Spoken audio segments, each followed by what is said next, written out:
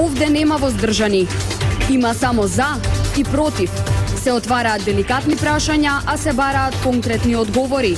Кворум, политички магазин на радио Слободна Македонија. Добар ден, 10 минути после 11 часот, време за политичкиот магазин Кворум на брановите на радио Слободна Македонија. Јас сум Бојана Димитриевска, уредник и водител на емисијата. Граѓанското движење за одбрана на Македонија од вчера повторно се активира и е на терен со граѓаните. Одржуваат трибини, аналитичари, професори, актери, повторно се заедно и ги испраќаат своите пораки до граѓаните. Токму по тој повод, денешен гостин во мојата емисија, аналитичарот Александар Пандов, кој е дел од граѓанското движење за одбрана на Македонија. Разговараме зошто граѓанското движење повторно се активираше, која е целта и идејата. Добар ден и добре дојдовте. Добар ден, Бојана, добро ве најдов. Вчера бевте во Прилеп, се сретнавте со прилепчани, таму од каде што Заев порача дека ќе ја воведе двојазичноста. Предпоставам тоа беше и целта на вашата посета на Прилеп и овие трибини да ги започнете токму до овој град.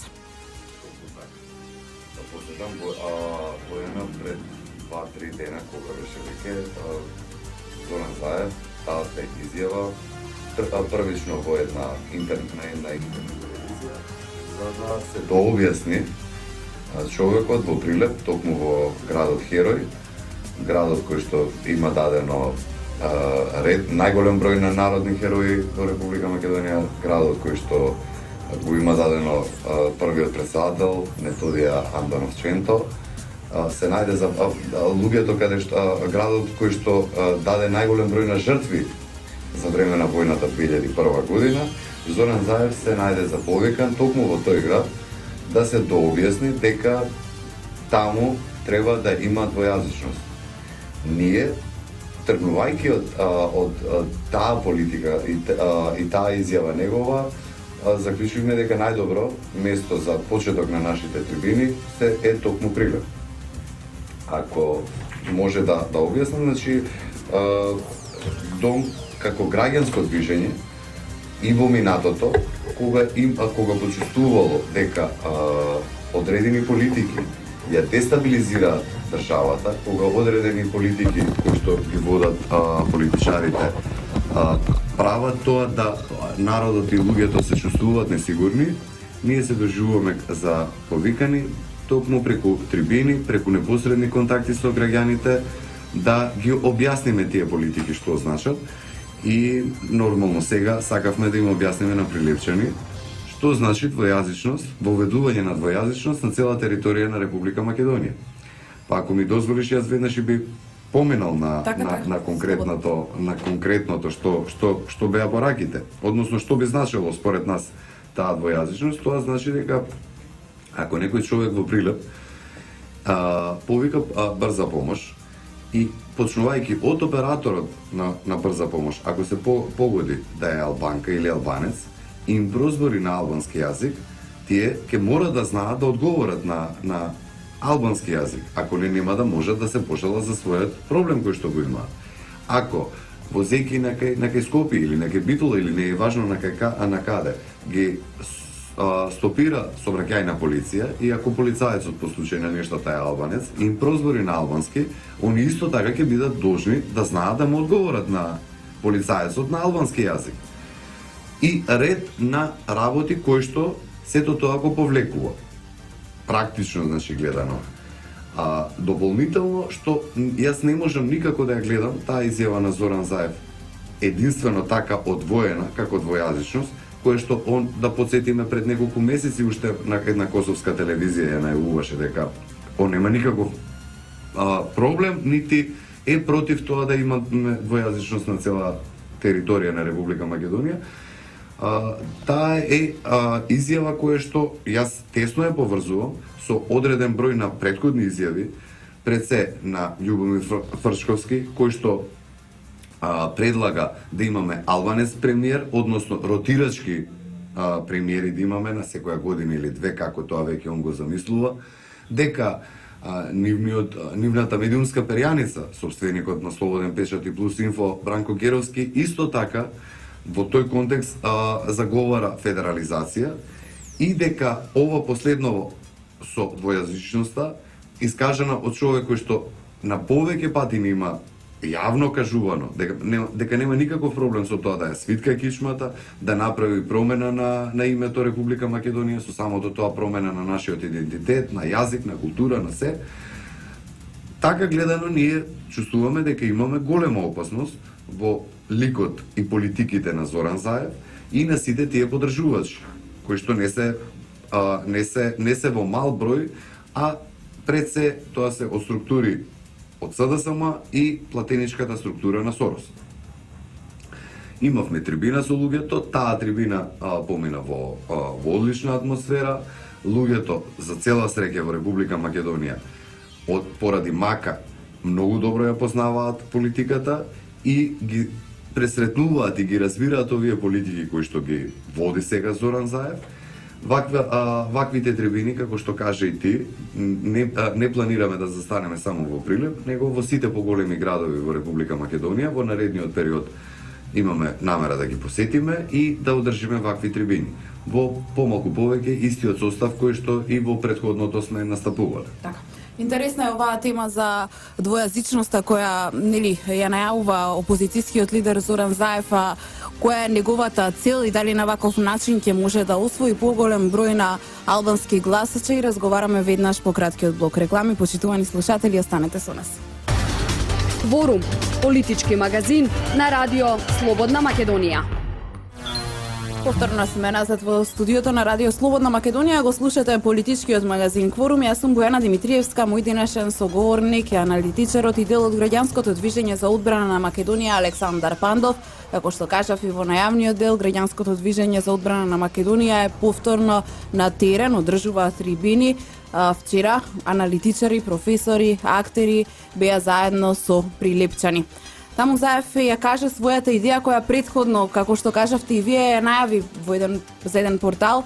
Тој бара воведување на двојазичност на цела територија на Македонија. Дали е ова додворување на албанците, односно за да се добијат што поголем број на албански гласови, со оглед на тоа што Заев кажа отворено дека очекува да освои најголем број од албанските гласови, дури поголем број од оние кои ги освојуваат до ИДП? Па, пресметките дома и на пазар никогаш не се исти и во дадениот случај мислам дека најпрактично тоа ќе му се покаже на господинот Заев, дека неговите домашни пресметки, односно на Бихачка оние кои што ги сметале и ги пресметувале со, предпоставувам, неговите советници, и тие кои што ќе се случат на 11 декември, јас сум 100% уверен дека ќе бидат разочарувачки за него и за тие политики. И видете сега во што е проблемот на неговите политики, што тој со ова, обидувајќи се да се додвори кај албанците, он прави нешто кое што не го прават ни самите албанци. Едноставно, кај нас тие меѓуетнички односи се регулирани со устав и со уставните измени после војната 2001 година. И тие се сврсто закопани така, решени и фала му на Господа, колку се веќе 15 години поминати од тогаш, меѓуетничкото живење во Република Македонија со ситни некои исклучоци после 2001 година кои што имале на некои конфликти и она мината годишната во диво населje, но тоа апсолутно не беше увезена, не беше домицијална од македонските албанци и тие беа длабоко контра сите тие политики кои што се случија и сите тие настани во тоа диво населje. Значи се реално релаксирани. Јас не можам да се сетам дека ние меѓуетнички сме имале некои поголеми конфликти, некои поголеми несогласувања. Дури повеќе ќе потсетам Смилковско езеро нас не се случи, во кое што 5 македонци загина во ред, имаше, се бара, се најдоа тие екзекуторите и нарачателите, но немаше некои тензии поголеми. Иако намерата на, предпоставувам, на тие луѓе кои што го направија тоа на Смилковско езеро беше токму таа, да предизвикаат меѓунационален судир, не успеа во тоа. Сега со оваквите разборучкувања, така да речам, или обиди за отварање на некоја на Пандорина кутија, Зоран Заев се обидува повторно да направи некоја тензија и ги следиме изјавите на еве последната е сега на Зијадин Села. Јас во низ тврдам дека е за очекување дека сега ќе реагира исто на идентитичен начин и БЕСА, и Унитети, и разноразни таму сега некои нови формирани албански партии, кои што пак ќе се обидуваат на национална карта да играат и на таков начин да се обидат да соберат гласови од албанците, но секако не е тоа Зоран Заев. Дополнително, ако Зоран Заев очекува дека со Мухамед Зекири, кој што он е исламски фундаменталист, он е исламски радикал, но тој како таков нема поминато нити во ДУИ, нити во ДПА. За тие две најреномирани, најреспектирани партии кај албанците, а од албански политички корпус што произлегуваат, тој таму не можел да најде место, но во партија како СДСМ и за лидер како Зоран Заев, тој е прифатлив човек и предпоставувам он на тој начин очекува дека со такви некои ликови ќе добие плюс дополнително гласови. Да не се повторувам, јас сум 100% уверен дека македонците нема тоа да го послушаат и напротив, мислам дека идејата на Зоран Заев да придобие албански гласови неколкукратно повеќе губи во моментов кај македонците гласови, македонскиот гласачки електорат, а повторно ќе кажам, тврдам дека кај албанците тоа ќе бидат некои минимален број на гласови кои што ќе може да го добие. Така. Го споменавте Зијадин Села, градоначалникот на Струга, па тука за оние гледачи кои можеби и не ја знаат неговата изјава, односно неговиот Facebook статус, Зијадин Села реагира на реакцијата на ВМРО ДПМН во однос на изјавите и најавите од опозицијскиот лидер Заев за воведување на двојазичност на цела територија на државата. Па Зијадин Села вика вака: ако за ВМРО ДПМН албанскиот јазик не е рамноправен со македонскиот, тогаш Македонија нека се подели на две федерални единици, албанско и словенско говорно подрачје, напиша Села.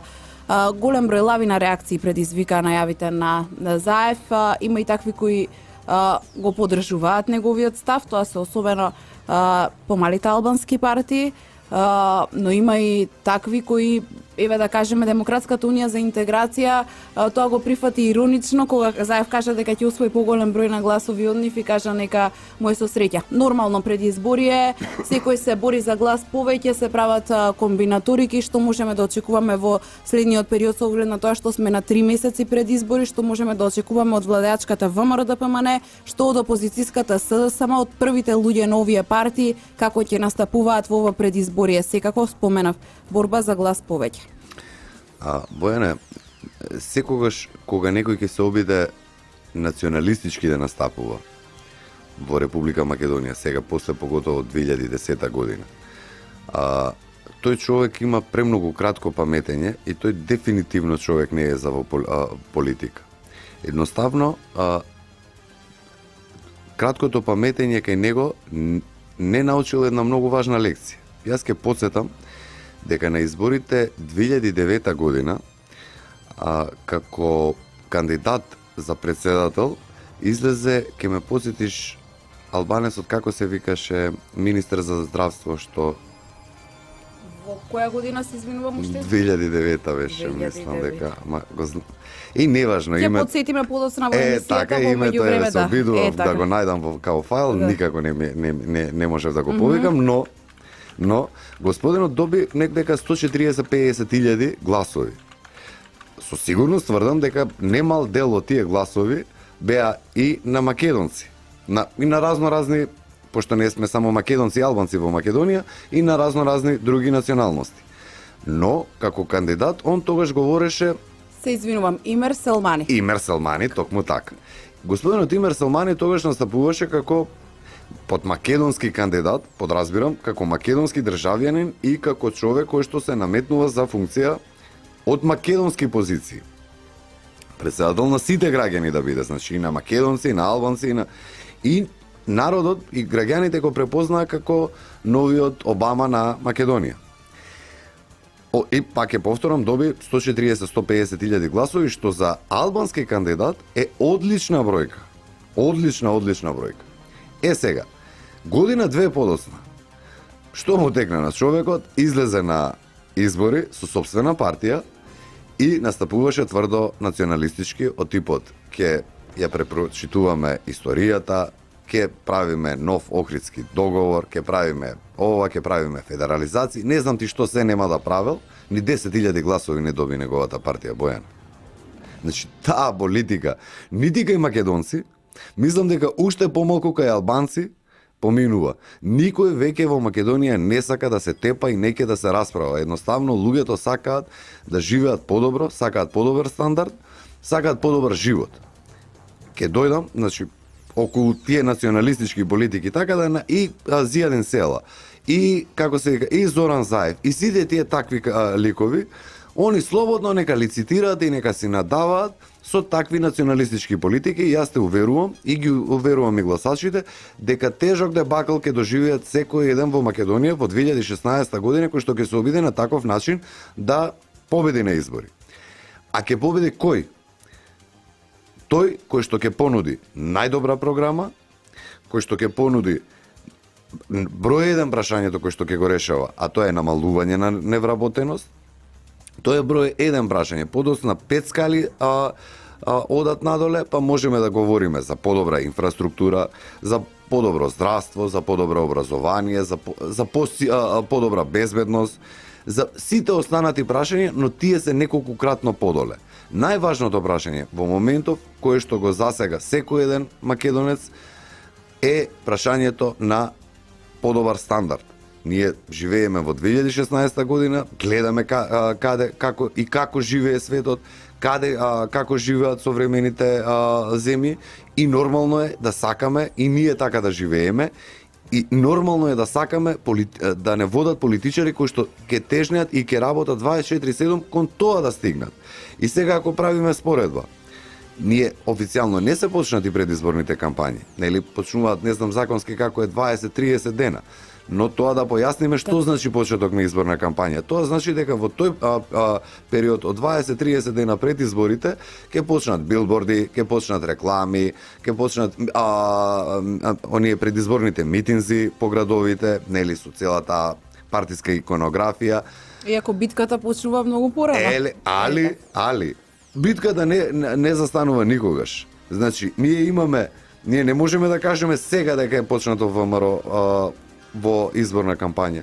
Пак и месеците наназад, и годините наназад, ние лидерот на ВМРО го гледаме како постојано е на терен, како е постојано со луѓето, како постојано се грижи за да се подобри животниот стандард, како постојано патува низ светот за привлекување на странски инвестиции.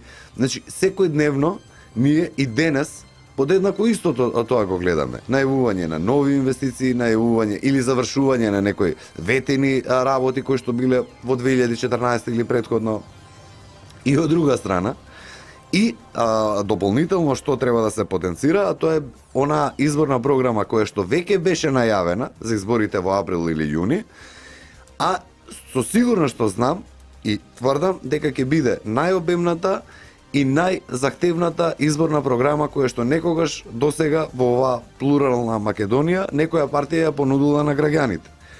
Дополнително што треба да се потсети кога се зборува за ВМРО, а тоа е дека луѓето кои што стојат позади таа програма се препознатливи луѓе и луѓе од доверба, луѓе кои што докажале дека она што го ветиле ќе го исполнат.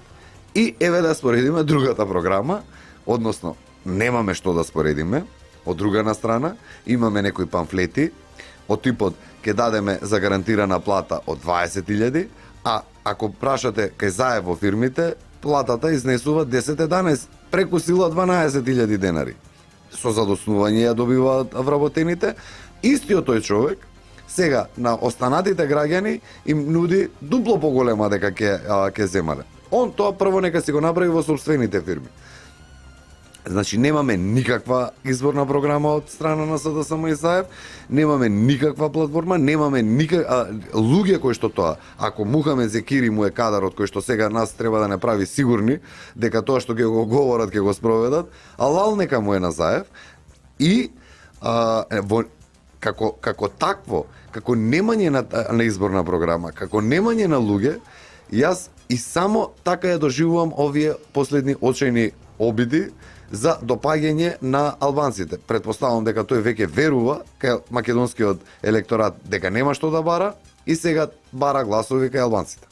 Така, тука правиме уште една кратка пауза, ќе се навратиме на овие теми на кампањите, на изборните кампањи, на тоа како ќе делуваат партиите, почитувани. Останете со нас, верувам дека ќе ви биде интересен разговорот. Кворум со Бојана Димитриевска. Понеделник од 11 до 12 часот на Радио Слободна Македонија. Така го слушате политичкиот магазин Кворум на брановите на Радио Слободна Македонија. Мој денешен соговорник е политичкиот аналитичар и дел од граѓанското движење за одбрана на Македонија Александар Пандов. Господине Пандов, најавивте дека во наредниот период ќе се среќавате со граѓаните, ќе ги пренесете вашите пораки. Тоа ќе бидат, како што, ако добро ве разбрав, трибини на кои ќе дискутирате со граѓаните. Што очекувате, односно кои се пораките кои имате да им ги пренесете на граѓаните и зошто повторно решивте да се активирате? Споменавме дека една од целите е токму онаа изјава на опозицијскиот лидер Зоран Заев за воведување на двојазичност во Македонија. Зошто сега повторно се активирате? Затоа што таа изјава, повторно ќе кажам, ја гледаме како многу опасна. Како изјава, сепак Зоран Заев треба да го гледаме не само како Зоран Заев, кој што самиот за себе се кажува дека е црпнат, како човек кој што е лидер на најголемата опозициона партија, а со самото тоа е лидер на опозиција.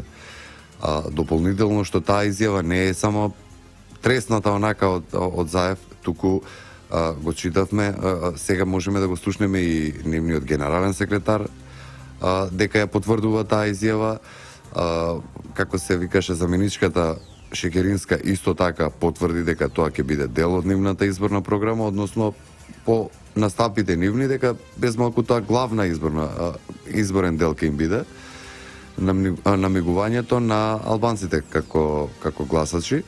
Од тука сега да не се повторувам, опасноста од сите такви политики ги доживуваме за опасни по Република Македонија и од тука мислиме дека преку најдиректни контакти, преку трибини со граѓаните, можеме да им ги преджвакаме, да ги објасниме, да ги споделиме со граѓаните и да донесеме најдобар заклучок што треба да се прави во наредниот период. Според мене, а и според најголем дел од луѓето, од граѓаните во Република Македонија, вклучувајќи не и сите кои што настапуваме на тие трибини на ГДОМ, според нас пенкалото ќе биде оној клучен инструмент, оној клучно орудие, или ако сакате ќе биде глоговиот колец кој што ќе го направи, ќе го уништи водењето на ваква политика од страна на тие кои што ја прават. Глогов колец кој што ќе стави крај на сите предавнички, платенички политики кои што ги води Сорос, кои што ги води Заев, кои што на најдемократски начин дека можеме преку најмасовно излегување на тие избори на 11 декември да ставиме крај на оваа политичка криза која што ни е наметната повеќе скоро 2 години и дека Македонија повторно може да го фати курсот на просперитет. Нема подобар начин освен тоа да референдумски, еве сега пред недела дена беше годишнина, 25 годишнина од референдумот 91 година и најголем дел од граѓаните се сеќаваат на тој референдум и на она олеснување, односно радост кој што ја имавме секој еден од нас, дека ете после толку години желба на македонскиот народ, на сите граѓани на Република Македонија, стекнавме суверена независна држава. тоа после 25 години на 11 декември повторно ќе имаме можност токму така референдумски да излеземе и да кажеме стоп и крај на сите овие деструктивни политики на делење, на политики на федерализација, на политики на промена на име, на знаме, на промени на политики кои што сакаат да направат промени само на полошо. А да кажеме да на секој на онаа политика која што ќе ни понуди подобар живот. И сега ги споменавме изборите на 11 декември, тука и политичкиот договор на кој подпис ставија четворицата лидери на најголемите политички партии во Македонија. Но и претходно имавме договор, имавме закажани датуми за избори 24 април па 5 јуни. И тие избори се одложија, Македонија не гласаше со тоа што се продлабочи политичката криза и еве веќе долг период Македонија се наоѓа во политичка криза. Сигурни ли сте дека изборите ќе се одржат на 11 декември? Кои се вашите очекувања? Сигурен. Предпоставувам никој не може да биде сигурен кога прави договор со Зоран Заев. Јас да подсетам, двата главни изговори, медиумите и избирачкиот список се затворени како прашање. Но главната причина поради која што беа одложени изборите на 24 април и на 5 јуни е останата. А таа е стравот на Зоран Заев и СДСМ да се соочат со граѓаните. Тој страв предпоставувам дека како ќе доаѓа терминот за избори 11 декември ќе станува се поголем и поголем. И опасноста за правење на некои нови сценарија за одложување или прекинување или не знам што на изборите од 11 декември стојат како такви. Мене нешто што ме храбри дека ќе се одржат тие избори на 11 декември се број 1 фактот или водењето на начинот на однесување на водење на политика во овој период на гарантите на тој договор покрај подписите на 4 политички лидери. Таму имаше и гаранти двајца, а тоа е амбасадорите на ЕУ и на Соединетите Американски држави. Тие досега мислам дека во овој период од кога е постигнат последниот договор, гледам дека исто така навиваат кон тоа да се одржат тие избори на 11 декември. И дополнително, тоа е едната причина. Втората причина која што мислам дека е многу поголема сега овој пат, а тоа е дека дефинитивно на граѓаните, на народот им е дојдено преку глава од вакви полемики помеѓу Заев и сите нас останати. Едноставно, мислам дека и македонците, и албанците, и турците, и власите, и србите, и хрватине сакаат да ставиме точка на оваа политичка криза, а таа точка на крај на оваа политичка криза нема друг начин, освен преку излегување на тие предвремени парламентарни избори. И сега како дел од оној политички договор, односно од пржинскиот договор првично кој произлезе, беше и специјалното јавно обвинителство. Исто така многу актуелна тема во последниот период и работењето на ова тело, односно на оваа институција, предизвика многу контроверзии во јавноста. Како работи ова тело, дали води политичка битка или навистина води правна битка. Ги отвори последна година од работењето и отвори, односно ги поведе првите две обвиненија. Владачката ВМРО ДПМН е со став дека се води политичка пресметка со неистомислениците на Зоран Заев. Кој е вашиот став? Како вие гледате на оваа институција и колку оваа институција може да ги помати работите во предизборието?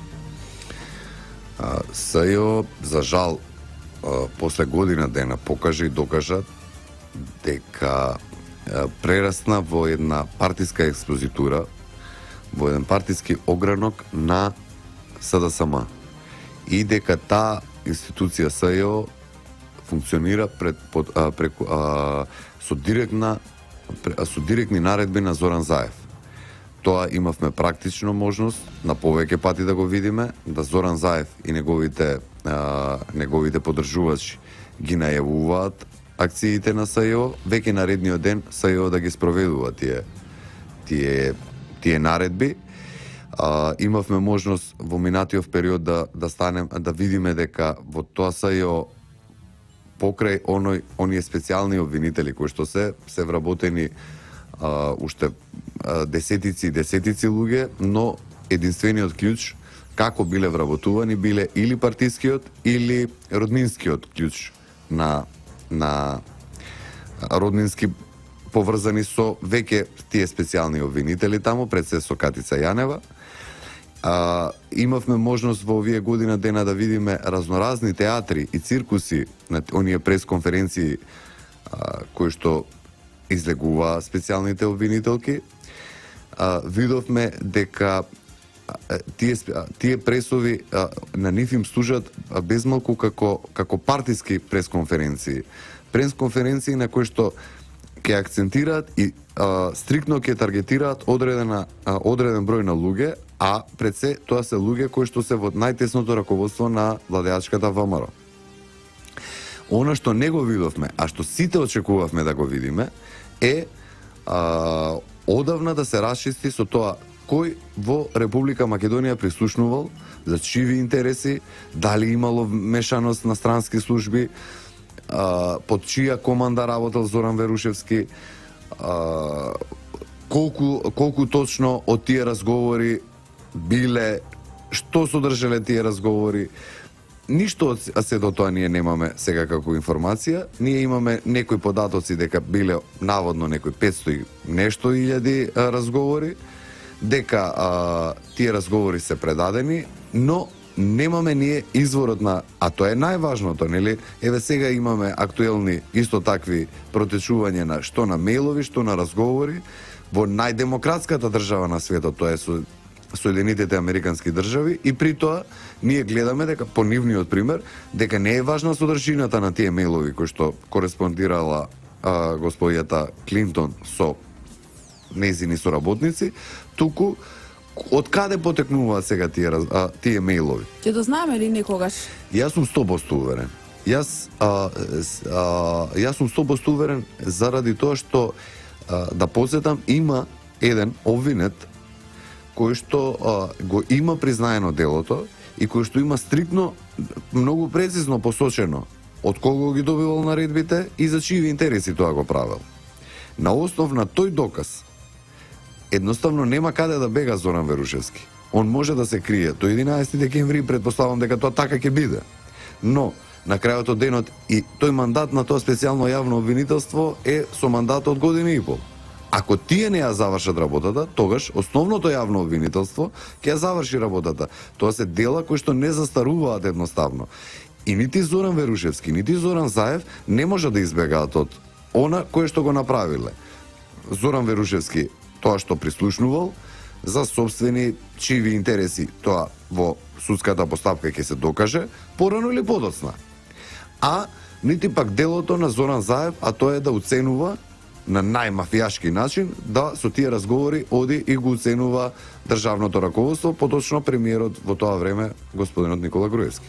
Времето на вистина брзо помина, тука е крајот на денешниот политички магазин Кворум. Ви благодарам за гостувањето. Благодарам на поканата за гостување. Вам, почитувани слушатели, ви благодарам на вниманието. Политичкиот магазин Кворум е во продукција на Радио Слободна Македонија. Денеска е 19 септември 2016 година. Јас сум Бојана Димитриевска, уредник и водител на емисијата. Техничка реализација Далибор Зафировски. Ви благодарам уште еднаш на вниманието. Се слушаме повторно за 7 дена во исто време на иста фреквенција. Пријатно до слушање. Овде нема воздржани.